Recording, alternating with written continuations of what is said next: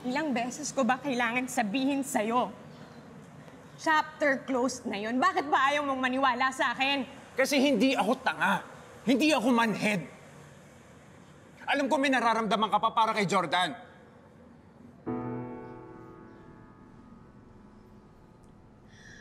So, ibig sabihin, kapag sinasabi ko sa'yo na wala na akong nararamdaman sa kanya, pakiramdam mo na niloloko lang kita?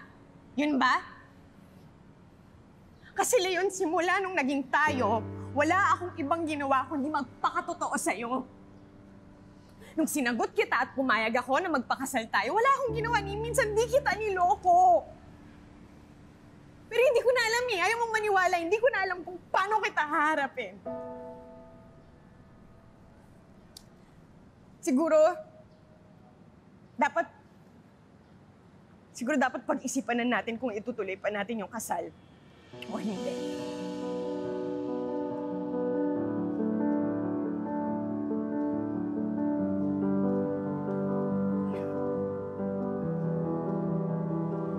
Sige na. Tama.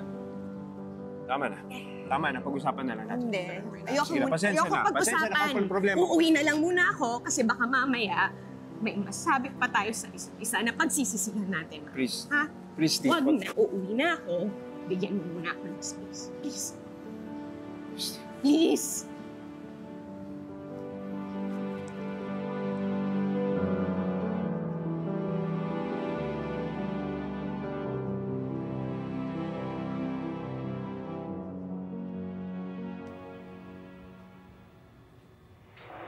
Leon, is everything okay? Ayoko muna mag-usap, Hana. Huwag na muna kayo. Nag-away ba kayo ni Christy tungkol sa akin? Gusto mo kausapin ko siya? Baka makatulong ako. Di ba huwag ka na makialam sa aming dalawa? Problema namin to. Okay, just tell me if I can be of any help. Sige. Pero gusto ko muna mag-isip eh.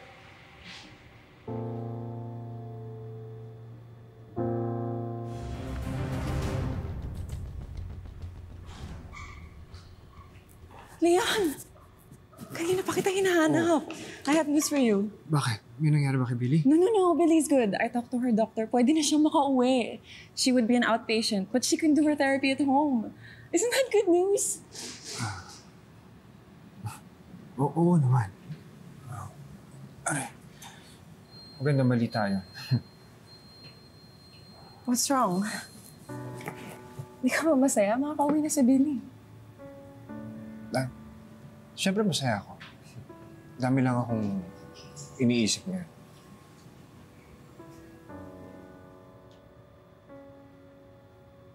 May aminin ako sa'yo. Nakita ko kayong nag-aaway ni Christy. Di pa ba kayo okay?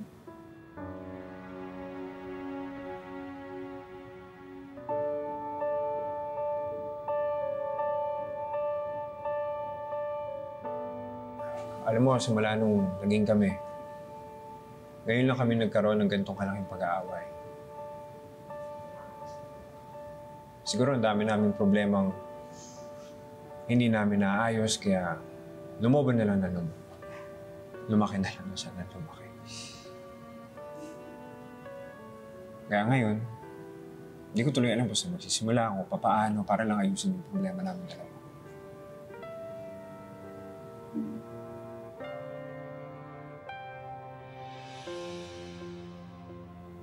Well, sana maayos niyo. At sana ma-realize ni Christy na sobrang swerte niya na mahal mo siya. Kasi baka pagsisihan niya kung papakawalan kayo. Hindi ko maintindihan bakit sa lahat... Mitch? Naririnig mo ako? Uy, girl, sorry, di ako makaka-join sa coffee, ah.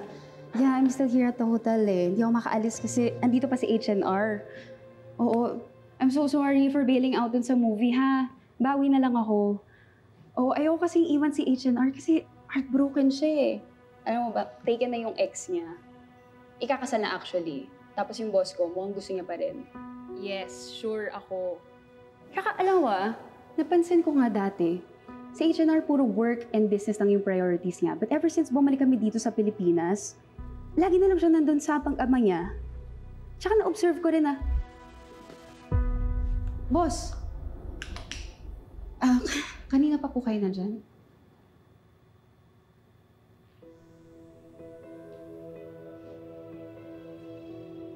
Long enough to hear na pinag-uusapan niyo ako na kung sino man nakausap mo sa telepono mo.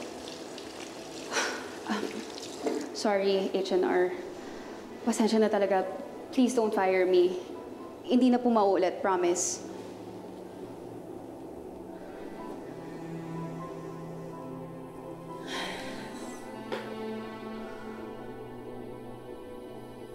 Tuloy mo. Oh? May sinasabi ka kanina sa kaibigan mo, di ba? That you observed about me. Gusto ko ituloy mo.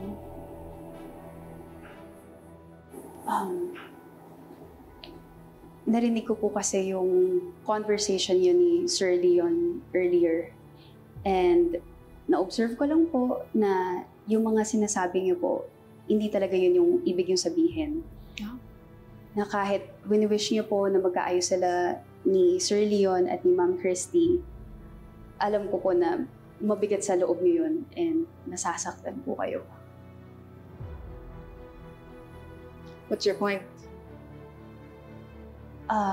Naniniwala po ako na may feelings pa rin kayo kay Sir Leon.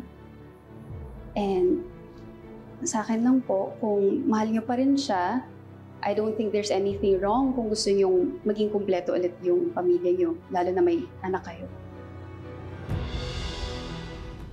I'm sorry. I'm so sorry. I don't know what's gotten into my head. I apologize for speaking my mind. I didn't mean to meddle with your personal life, H&R.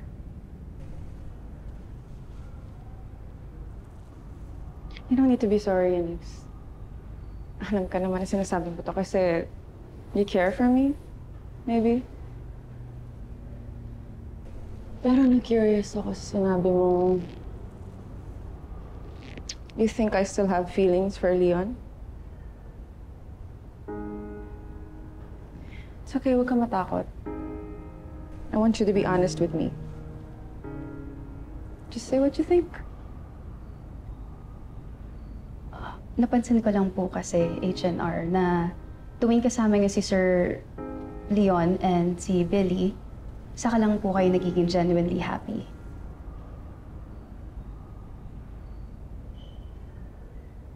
Think so? Yes. Dati po kasi kahit sunod-sunod yung success niyo, hindi ko po nakikita yung ganong klaseng happiness niyo eh. Like there's something missing. And I feel like there's a void that only Sir Leon and Billy can fill. So, if I were you, ipaglaban mo and huwag mong pakawalan. Sana po hindi kayo magalit sa binigay kong unsolicited advice.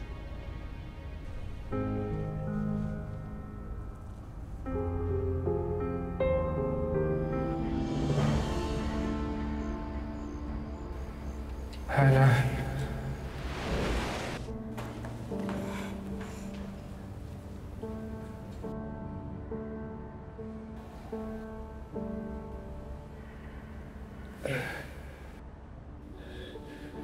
Hindi ka naman balik matali.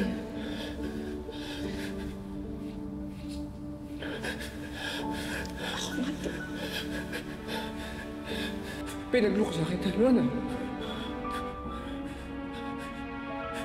Sinisisi ko yung sarili ko dahil hindi kita naligtas. Hindi ko matingnan si Billy dahil tuwing nakikita niya ako. Nakukonsensya ako sa kanya dahil hindi kita naligtas. Tapos buhay ka ngayon.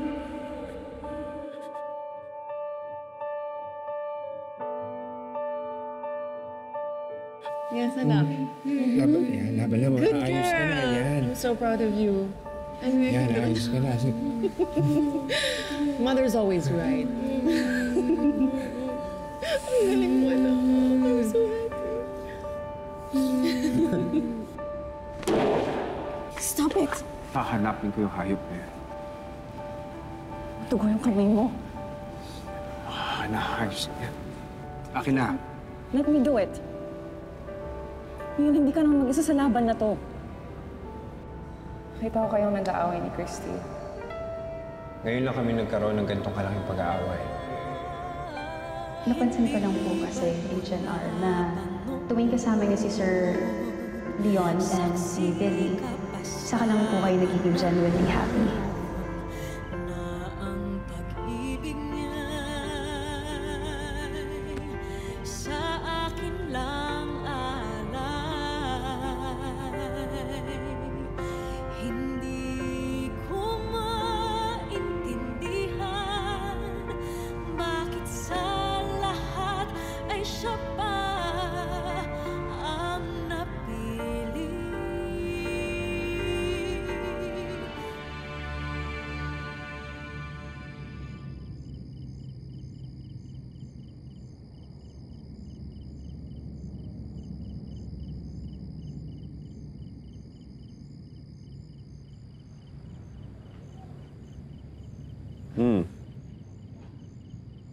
Gabi na. Huwag mo uwi. Hinintay ko muna makatulog si Billy. Plus, wala naman akong work tomorrow. It's the weekend, so...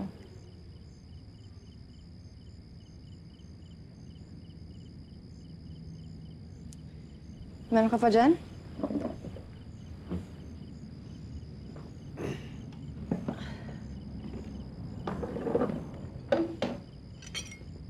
Iinom ka pa ba ng mumurahin? Ito ka ba? Favorite ko to nung nasa kuta tayo, di ba? Actually, alam mo, nung nag-aaral ako abroad, miss na miss ko na to. Among other things.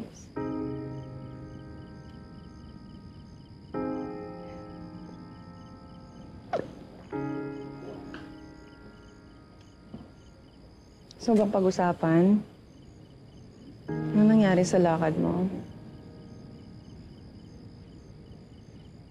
Kaya nga ako umiinom para makalimutan ko eh.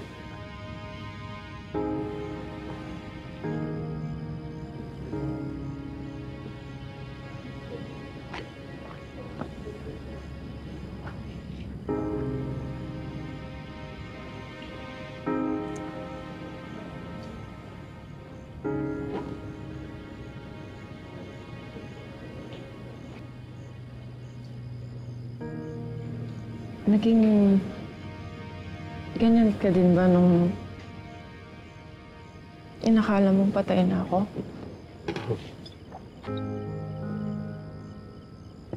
Saan naman nagaling ang tanong niya?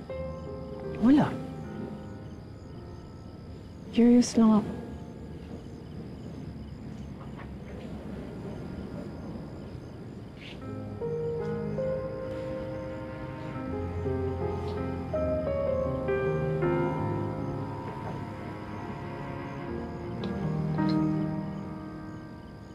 Araw-araw. Pero walang alak kung kaya mo pamanhid ang puso mo. Gusto ko lang mamatay. Iniisip ko lang si Billy.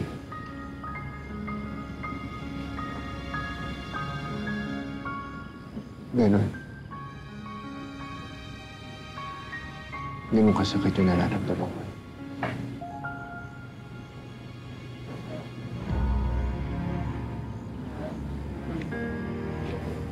Sorry. Naramdaman mo yun dahil sa akin.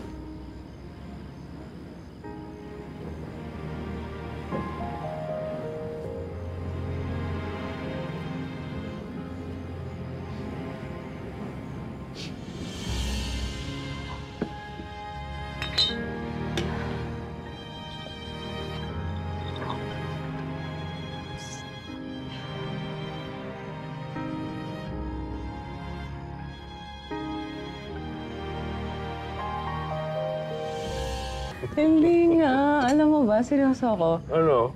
Nung nakita kita ulit, muntik na kita hindi makilala. Ah. Bakit? Ang dati ba nasa kuta? Ang gusgusin ng itsura ko? Ha? Oo. Medyo. Iba na kasi yung pananamit mo. Ayan o, nakapolo-polo ka. Mukha ka lang naliligo. Uy, Oo. kahit naman ganun yung itsura ko dati sa kuta, naliligo ako. Mas maayos ka na tignan ngayon. Hindi kasi malamig nga sa kuta, kaya nga minsan lang ako maligo. Saka kahit naman ganun yung itsura ko, dami naman nagkakagusto sa akin. Oh, talaga pa? Oo, kagusto ka nga sa akin, di ba? Pero alam mo, hindi ka mahirap magustuhan yan.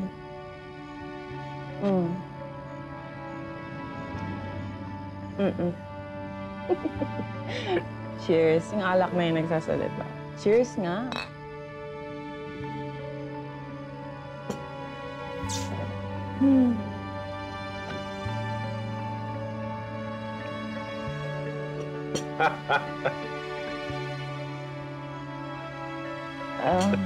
Tagal pa nang di. Napakatakaw pa rin sa pulutan. Bakit ikaw, hindi ba? Hindi daw. Kaya,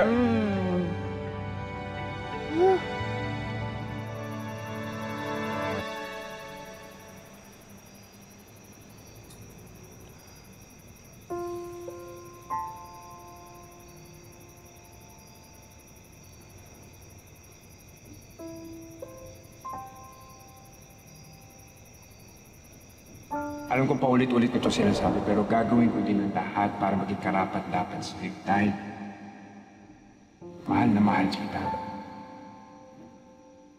At ayokong mawala ka sa akin. Kung ano man po ang mistake na nagawa ni Tito Leon, I hope patawarin niyo na po siya. Miss ko na po kasi yung pag-bonding namin eh. Di pa ba sapat mga luha sa aking mga mata? Binigay lahat ng kaya sapagkat iniibig ko siya. Di mo ba matatanggap? Siya'y para sa akin tinatana ng tadhana.